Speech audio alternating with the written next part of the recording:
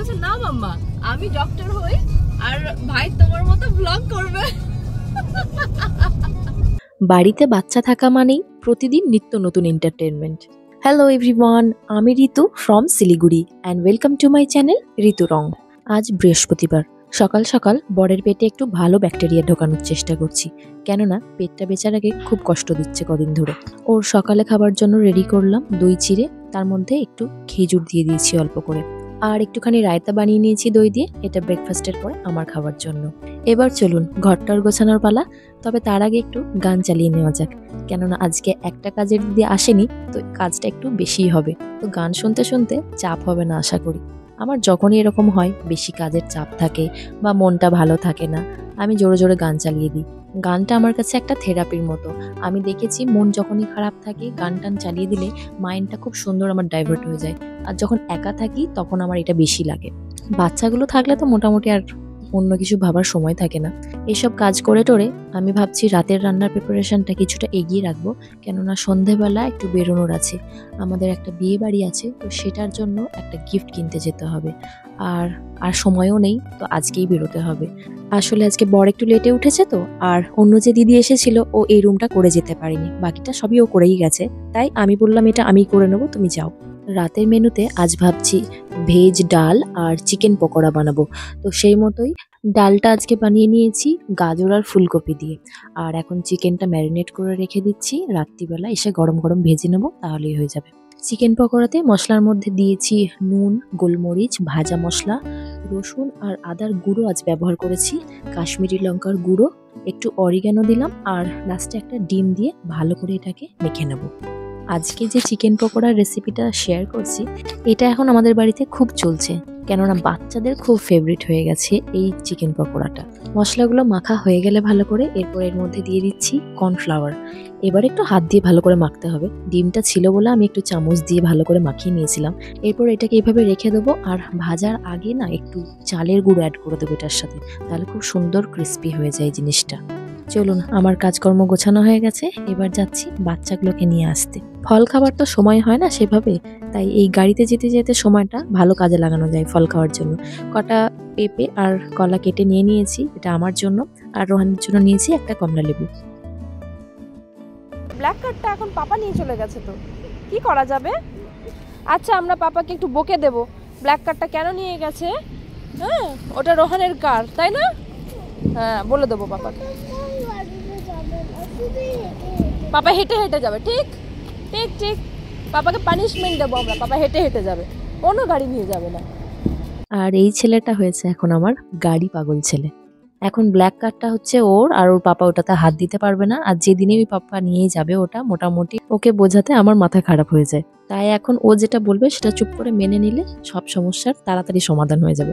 তাই এখন ওর কথাই শুনি, আর ওকে একটু সুন্দর করে সাপোর্ট করে দিলেই ও চুপ করে যাবে, একটু পরেই ভুলে যাবে।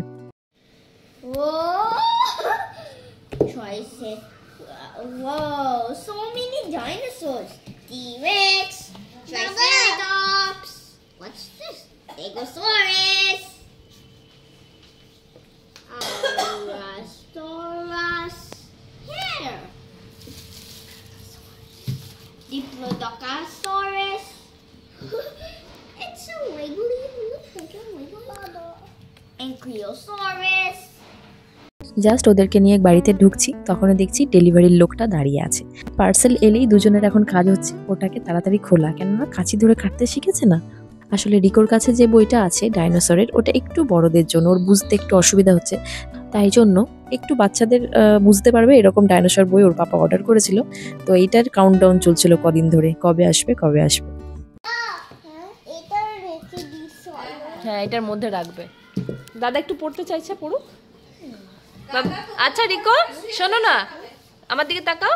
আমরা ড্রেস চেঞ্জ করে মুখ হাত ধুয়ে নিই, যখন ভাত খাবো এটা পরবো আর ভাত খাবো, ঠিক আছে? Oh, yes. হ্যাঁ। But I'm sad হয়ে গেছে। কেন বাবা? ওই যে শুধু জেলি আসছে না। জেলি তো আসবে না, জেলি বানানোর জিনিস অর্ডার করেছি, ওটা এসে গেলেই আমরা জেলিটা বানাবো। বাট কখন? আমি দেখছি কবে আসবে।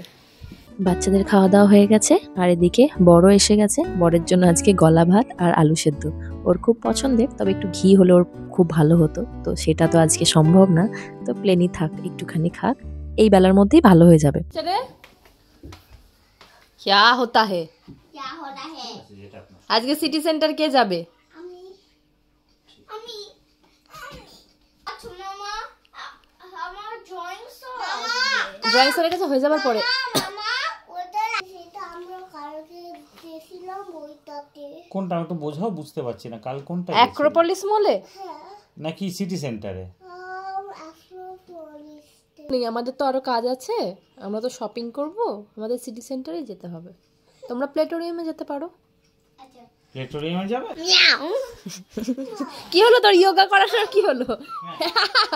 ইয়োগা কি হলো? ও আমার সাথে খেলছে। ও রোহানের সাথে খেলছে। এই ও তুমি রোহানের সাথে কেন খেলছো? তোমার না ইয়োগা করার কথা? চলো চলো যোগা করবো, চলো হয়ে গেছে, চলো এবার ওই যোগা। এতদিন ধরে তো অনেক চেষ্টাই করলাম, আমাদের দ্বারা সম্ভব না, কিন্তু এবার মনে হচ্ছে রিকোর দ্বারাই সম্ভব হবে। কদিন ধরেই ওর প্রশ্ন, পাপার বেলিটা এত কেন বড়, পাপার বেলিটা একটু কমাতে হবে, তো সেইটা আজকে আবার ওর মাথায় এসেছে, তো সেই জন্য এখন পাপাকে যোগা করাচ্ছে। 5 2 3 মাথা নিচু করছে এরকম করে, একই টিচার মেরেই ফেললো রে। এ তো খুব স্ট্রিক্ট টিচার। আর কোথায় ঢোকাবি? like this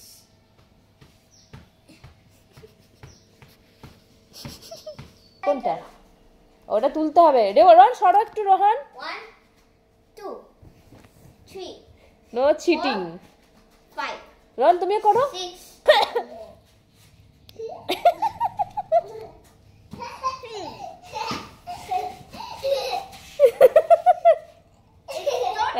এটা রোহানের মজা হয়েছে। বেচারা পাপা খেয়ে দে ব্যায়াম করছে, বমি হয়ে যাবে এবার। কিন্তু রিকো এটা আর্লি মর্নিং এ করাতে হয়। তো ও কি হচ্ছে? কেন পাতলু হচ্ছে না? ও কেন পাতলু হচ্ছে না? সকালবেলা উঠে ঘুম থেকে উঠে খালি পেটে ব্যায়াম করতে হয়। মর্নিং এ পাপাকে তুলে এক্সারসাইজটা করাবে। Hey teacher, did I do good? Yes. How many marks did I get? বেরোতে বেরোতে আমাদের প্রায় বেজে গেল 7টা। রিকোর টিচার এসেছিল, রোহান ঘুমিয়েছিল, আর ওদিকে আমাদের হবসটা একটু গন্ডগোল করছিল, তাই একটা টেকনিশিয়ান এসেছেন, তো সেটা তো এখনো কাজ হয়নি, তাই মা আসতে পারলো না, মা বাড়িতেই আছে। আচ্ছা, এখন রিকোর একটা মজাদার গল্প বলি, শুনুন। স্যারকে জিজ্ঞেস করেছে যে how old are you. Sir বলেছে, তো আমি যখন চা দিতে গেছি বলছে মামা স্যার তোমার বেস্ট ফ্রেন্ড। কেন বাবা? স্যারের এজ আমার সেম, তাই জন্য স্যার আমার বেস্ট ফ্রেন্ড। স্যারও হাসতে শুরু করেছে, আমি হাসতে শুরু করেছি। আর ওটাই স্যারকে বললাম, ওর এখন ওটাই মানে ওই ওয়ার্ল্ডেই আছে, ও যাকে দেখে সবাইকে জিজ্ঞেস করে হাউ ওল্ড আর ইউ, ও কতটা ছোট কতটা বড় এটাই ও করতে থাকে। আর একটা জিনিস বলেছে, ও যখন পাপার মতো বড় হয়ে যাবে ও তখন ডক্টর হবে। ডক্টর হবে। আর স্যার জিজ্ঞেস করেছে তাহলে তোমার ভাই কি হবে? বলছে ভাই মনে হচ্ছে ইঞ্জিনিয়ার হবে। ইঞ্জিনিয়ার? আচ্ছা। তো আমি বললাম তাহলে কিন্তু চাচুর মতো তো বাইরে চলে যাবে, কিন্তু তো ভাইকে ছাড়বে। তখন ওর খুব স্যাড হয়ে গেল। আমি তখন ওকে বললাম যে তাহলে তোমরা দুজনে ডক্টর হয়ে যাও, তাহলে এখানেই থাকতে পারবে। বলছে না মাম্মা, আমি ডক্টর হই আর ভাই তোমার মতো ব্লগ করবে। ও কি করে শিখলো কথাটা? রিকোকে আমরা যতটা হাদু ভাবছিলাম, রিকো অতটা হাদু কিন্তু নয়। রিকো সব জানে, তাই না রিকো? তুমি কি মামার মতো ব্লগ করবে এরকম করে ক্যামেরা ধরে? একটা ভালো উপায় বার করেছে রিকো। সিটি সেন্টারে এসে গেছি, তবে সবার আগে যেটা করতে হবে, বাচ্চাগুলোকে একটু খাওয়াতে হবে। ওদেরকে আজকে কিছু খাইয়ে নিয়ে আসিনি, দেরি হয়ে গেছিলো বলে, তো বাচ্চারা ওয়াফেল খাবে বললো বলে একেবারে ওখানেই চলে এসেছি। সিটি সেন্টারে এই ওয়াফেলটা না দারুণ খেতে হয়, আমাদের খাওয়া বেস্ট ওয়াফেল এটা, বেশ ক্রাঞ্চিও হয় আবার সফটও হয়, আর বাচ্চাগুলো খুব এনজয় করে এটা। এটা অর্ডার দিয়ে কিছুক্ষণ ওয়েট করতে হয়, কেননা ওনারা তো ইনস্ট্যান্ট বানান, তো 10-15 মিনিট টাইম দিয়েছে, সেজন্য আমরা এলাম চা খেতে। আজকে অর্ডার করেছি আমরা কেশর টি। কেশর টিতে যে সত্যি সত্যি এর ওপর দিয়ে কেশর ছড়ানো থাকবে সেটা তো বুঝতে পারিনি। খেলাম, খেয়ে কিন্তু দারুণ লাগলো খেতে। সত্যি ফ্লেভারটা আছে, কিন্তু ভালো কোয়ালিটির কেশর দিয়েছে। চা খেয়ে এখন এসে গেছি ওয়াফল খেতে। একজন ওয়াফল পেয়ে খুব মজায় খাচ্ছে, আর একজন তো খালি লাফিয়েই যাচ্ছে ওটা হয়েছে কিনা সেটা দেখার জন্য।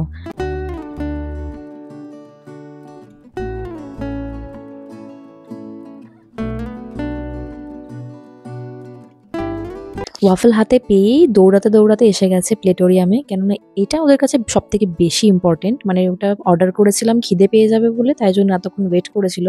ওদেরকে এখানে দিয়ে আমরা বেরিয়ে যাব আমাদের শপিং করতে।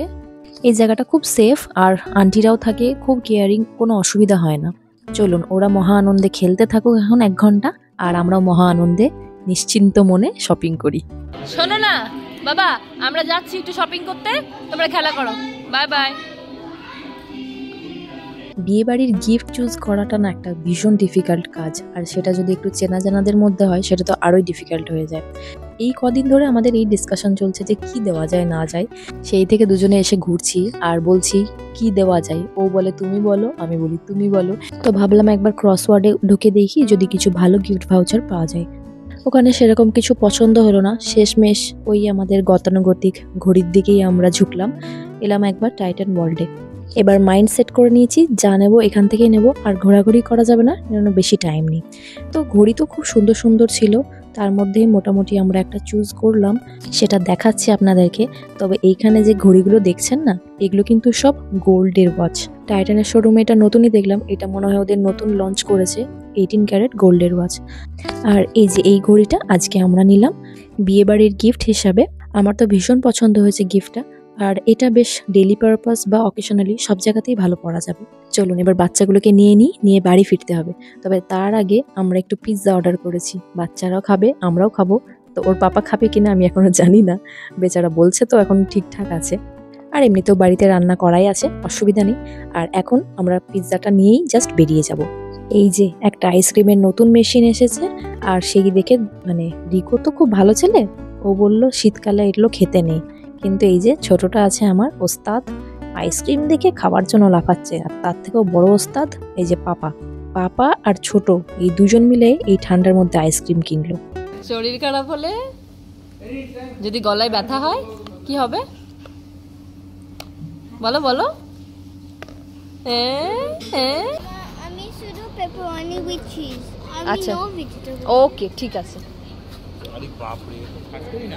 টুনটুনি, ঠান্ডা যদি লাগে পাপার সাথে তোমাকে একদম বারান্দায় শুতে দেব। মজা দেখো খালি। চলুন, সব কাজ সুষ্ঠুভাবে মিটে গেছে, এবার বাড়ি যাবার পালা। আর আজকের ব্লগটাও তাহলে এখানেই শেষ করছি। কেমন লাগলো অবশ্যই কমেন্ট করে জানাবেন, আর ভালো লাগলে অবশ্যই একটা লাইক করে দেবেন। খুব তাড়াতাড়ি ফিরে আসবো নতুন একটা ভিডিও নিয়ে এবং নতুন কোনো টপিক নিয়ে। সবাই ভালো থাকবেন।